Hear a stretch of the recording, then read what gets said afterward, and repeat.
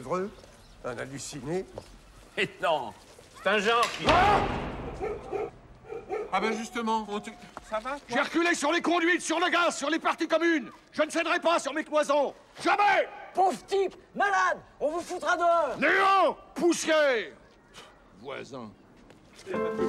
Irascible, givré, prêt à fondre sur la connerie humaine. J'ai un enfant qui dort! C'est comme cela qu'on aime le plus l'immense Jean-Pierre Mariel, prêt à tous les dérapages. Déshabillez-vous, mes enfants, je crois que c'est bien parti tout ça. Et si cela est possible, c'est grâce à cet homme, le réalisateur Joël Seria. Ensemble, ils vont tourner 4 films cultes et indispensables. Une aventure qui commence en 1973 pour se terminer en 1987. Une longue décennie dans la France de Giscard, où le bourgeois tient une place de premier plan sur les écrans français. Seria et Mariel vont faire sauter les conventions, malmener la vertu et inventer un personnage à contre-courant. Vous avez toujours fait ça, vous? Oh non, non, avant j'ai fait un peu de tout. J'ai fait de la godasse, du prêt-à-porter, du bibelot merdeux, de la quincaillerie, de l'outillage. Puis un jour, chez un antiquaire, je suis tombé sur la cathédrale. Il l'avait depuis 3 mois, il n'arrivait pas à la fourguer. Un personnage rabelaisien, plus modeste, un grand con, souvent extravagant, à la fois ridicule et tendre. Ne bougez pas, là. Non, restez dans la position, là. Je suis intimidée. Je suis sous l'œil des maîtres. Pas très esthétique, tout ça. Baissez un peu votre culotte. Comme ça? Encore un peu. Tournez-vous un peu vers moi. Monsieur Henri, je n'en peux plus. Je suis dans un état. Il faut que je me calme. Bonjour Joël Seria et bienvenue. Bonjour. Je suis très heureux de vous recevoir parce que je reçois, pour moi et pour beaucoup, un cinéaste culte, un cinéaste qui réunit les cinéphiles, les cinéphages, les gentils, les cons, les mecs à cravate et les mecs en salopette. Est-ce que vous avez le sentiment d'être un cinéaste culte? Est-ce qu'on vous le dit et comment vous le vivez? Oui, il y a des gens qui me disent qu'ils aiment bien mes films. Il y en a qui, bon, c'est vrai d'ailleurs, tout d'un coup, qui me sortent des répliques. Tu sens la piste, toi, pas l'eau bénite, des choses comme ça. Alors tout d'un coup, je me dis, bah oui, mais ça me dit quelque chose. Mais vous faites les galettes de Pont-Aven, ça, et puis bon. Oh, tu me rends dingue. Tu m'en fous. Oh, je suis fou. Oh, pose-toi bien, là. Oh, ton cul, c'est mon génie. Avant d'être réalisateur, vous avez été acteur. Justement, est-ce qu'il y a eu des acteurs, des films ou des réalisateurs cultes pour vous? Ah oui, bah, y avait tous les réalisateurs italiens, Monicelli, Fellini... Ça, c'est le cinéma. Tous les acteurs qui étaient dans les comédies irrésistibles, quoi. Rési, tout ça, oui. Manfredi, bah, bien sûr. D'ailleurs, de toute façon, je vais vous dire, pourquoi est-ce que j'ai pris Jean-Pierre? C'est parce que Jean-Pierre, c'était un acteur qui pouvait aller aussi loin que tous ces acteurs italiens. Alors, et ça, il n'y en avait pas beaucoup. C'est important qu'on le dise. Le Jean-Pierre dont il est question, c'est le Jean-Pierre Mariel. Peut-être qu'il nous regarde. Jean-Pierre Mariel, oui, formidable. Bah, vous savez, je le connaissais, moi, parce que je l'avais vu au théâtre avec Grenier-Husneau. Je l'avais vu aussi dans une pièce qui s'appelait Guerre et paix au Café Sneffle. Je l'avais vu également dans un film L'amour c'est gai, l'amour c'est triste. Quand j'ai écrit ce personnage de forain, tout d'un coup j'ai pensé à Mariel, je me suis dit mais oui, alors lui, le texte dans sa bouche, ça va être formidable, et j'ai eu raison d'ailleurs, parce que Mariel dans Charlie, il est absolument époustouflant, quoi. Approchez, mesdames et messieurs, approchez, approchez. Vous entendez en ce moment la sonate en si bémol majeur de Jean-Sébastien Bach. Mais pas du Pour tout, vous aussi, c'est le madame. Messie de Handel. Et puis la sonate en si bémol majeur, ça n'existe pas. Allez, tire-toi, vieux con. Oh, bègue. Chartres, l'épi le plus dur qui soit jamais monté, le plus beau fleuron de l'art religieux français. Approchez, mesdames et messieurs, approchez. Il y a un autre homme, Joël Seria, que je voudrais inviter dans notre conversation, que vous avez croisé dans les années 50. Pour être précis, en 1958, c'était au Théâtre Hébertot, le procès à Jésus. Oui. Claude Berry. Ah bah Claude Berry, bah Claude, je l'ai très très bien connu. Bah alors justement, Claude Berry, est-ce qu'il ne vous a pas ouvert une voie?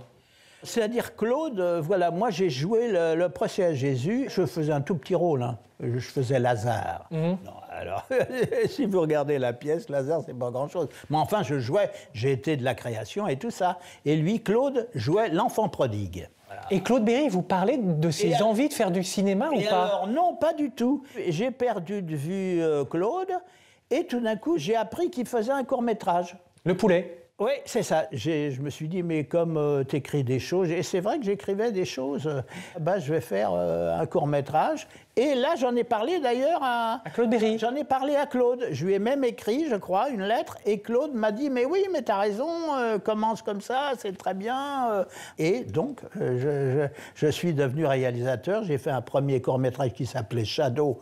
C'était sur le boxeur sur le shadowboxing, parce que je connaissais l'entraînement de la boxe, j'en faisais un peu au 1er et 2e arrondissement de Paris. Et moi, j'étais ami avec Jean Seberg, et j'ai demandé à Jean... de mettre un petit billet. Non, c'est même elle qui m'a proposé. Et elle m'a prêté de l'argent, que je lui ai rendu par la suite, et elle m'a permis de pouvoir faire ce Shadow. Et le court-métrage est passé en supplément de programme, comme il y en avait à l'époque. Oh! C'est par ici que ça se passe. Bon, alors regardez bien, je vais vous montrer comment on installe. Vous mettez l'étoile de ce côté-là. Et là, vous placez celle que vous déroulez. Pourquoi Charlie et ses deux nanettes? Moi, pas à une époque, j'avais besoin de gagner de l'argent et tout ça. J'ai fait un peu les marchés moi-même. En faisant les marchés, j'ai senti qu'il y avait une atmosphère fantastique le matin quand on arrive avec le placier, tout ça. Et je me suis dit, mais il n'y a jamais rien eu de fait sur les marchés, vraiment, rien de particulier. Et là, tout d'un coup, j'ai eu envie de faire une comédie et j'ai écrit Charlie et ses deux nanettes. Et dedans, j'ai mis un personnage comme j'ai pu voir sur les marchés, des forains un peu bidons qui vendaient des trucs. et là, j'ai imaginé Marielle en vendeur de cathédrale de Chartres, voilà. 30 francs seulement, et vous lirez l'étrange histoire de ce petit chef-d'œuvre. Vous apprendrez comment l'homme qui accomplit ce travail tomba amoureux de la cathédrale, passa toute sa vie sur elle, et comment après avoir perdu la vue, il tomba du haut de la cathédrale et expira à ses pieds. Le film n'a pas très bien marché sur le plan commercial, mais il a eu des critiques fabuleuses. À tel point que le coproducteur du film, qui était en même temps Jean Bolvary, qui était un producteur des films de Claude Sautet, m'a dit « mais je n'ai jamais eu de critique comme ça ».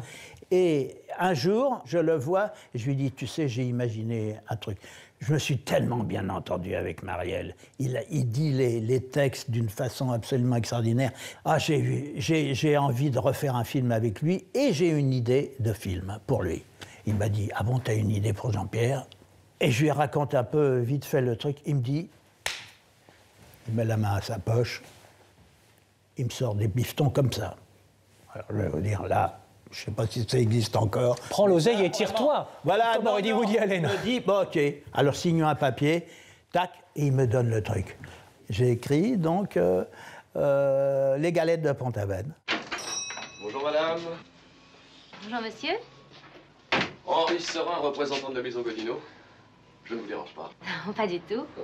Ça vous gênerait, madame, de jeter un petit coup d'œil sur la collection? Non, non, faites donc. Ah, puisque vous connaissez la maison Godino, je ne vous apprendrai rien. Vous connaissez la devise, qualité, solidité, imperméabilité. Et en plus, la maison, cette année, a fait un très très gros effort, tant au point de vue des modèles qu'au point de vue des coloris. Nous avons renouvelé toute la collection, et sans majoration du prix de vente. Ah ben, c'est appréciable. Alors nous avons le 48 à 8 baleines, le 56 à 10 baleines, le 60 à 8 et 10 baleines pour les dames, et notre fameux 63 à 8 et 10 baleines que vous connaissez sûrement et qui est notre cheval de bataille. Tout ça dans une gamme de coloris très large, ça va du noir classique au rouge vif en passant par les jaunes et les verts dégradés. Parapluie plat, parapluie rond, parapluie doublé à baleinage invisible, bas-volet arrondi, ombrelle de Thaïlande et notre parapluie d'ecclésiastique, modèle standard que nous faisons dans les dimensions habituelles, mais dans une gamme de coloris très variée et très jeune. Les poignées Java gainé cuir, très classique, plastique noir, merisier, bois exotique, bambou, imitation bambou et toute notre collection de style champêtre dont vous pouvez admirer les couleurs particulièrement chatoyantes. Moi, j'ai pas été très loin pour inventer le personnage. Hein. J'ai pensé à mon père qui était représentant de commerce. Mon père, il était représentant de commerce, mais il n'était pas en parapluie, hein, en droguerie. Et je savais que de toute façon, comme il partait 8-15 jours en voiture pour faire ses tournées, j'ai compris que, bon, bah, des fois, ça y allait sec avec les clientes, hein, des fois. Alors comme ça va pas avec votre femme? Comment veux-tu que je m'entende avec cette conne? C'est une cato ou une bigote. En Marielle, j'ai découvert un peu un autre moi-même. Vous voyez, je me suis laissé aller complètement. Comme Peter Sellers et Black Edwards? Ouais, ça peut être ça, un peu. Jean-Pierre, bon, il y avait une chose, c'est qu'au niveau des dialogues, vous voyez, je pouvais lui écrire tout ce que comme ça, tout ce qui me venait par la tête, et je savais que ça ne serait jamais vulgaire. Parce que c'est un acteur, vous pouvez... Ah oui, il n'y a rien à faire. Vous pouvez lui donner à dire des choses extrêmement crues, jamais. Avec la voix qu'il a et sa façon de dire les choses, il n'est jamais vulgaire. Jean-Pierre, ça vient de ça aussi. C'est que de toute façon, c'est un être qui n'a aucune vulgarité en lui. Oh, j'ai jamais rien vu d'aussi beau. C'est à pleurer tellement t'es belle.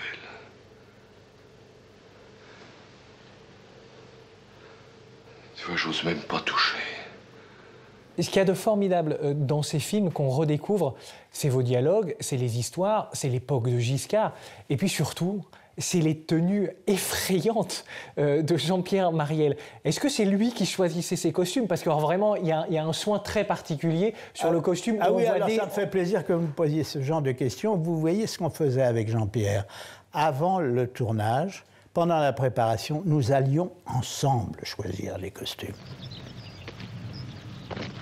On allait dans les magasins avec la costumière, ou des fois tous les deux. Et puis, Jean-Pierre choisissait tel truc, voilà, je disais, tiens, bah... Le béret, le Marcel, on n'a jamais mieux porté le Marcel que lui. Hein. Oui, absolument. Il y avait une volonté, au niveau du costume, c'est très important. Il avait déjà pris conscience que le costume disait beaucoup de ce qu'était le personnage. Ah oui, absolument, ouais, tout à fait. Merci beaucoup, Joël Seria. J'ai envie de vous dire, Kenavo, et on finit avec Jean-Pierre Marielle. Finissons avec Jean-Pierre Marielle. Près du foyer, viens près de moi t'asseoir, Yvonne. Disons-nous adieu par ce lugubre soir d'automne. Ne pars que demain, car le vent cette nuit fait rage. Cuirasse ton cœur gros d'angoisse et d'ennui, courage.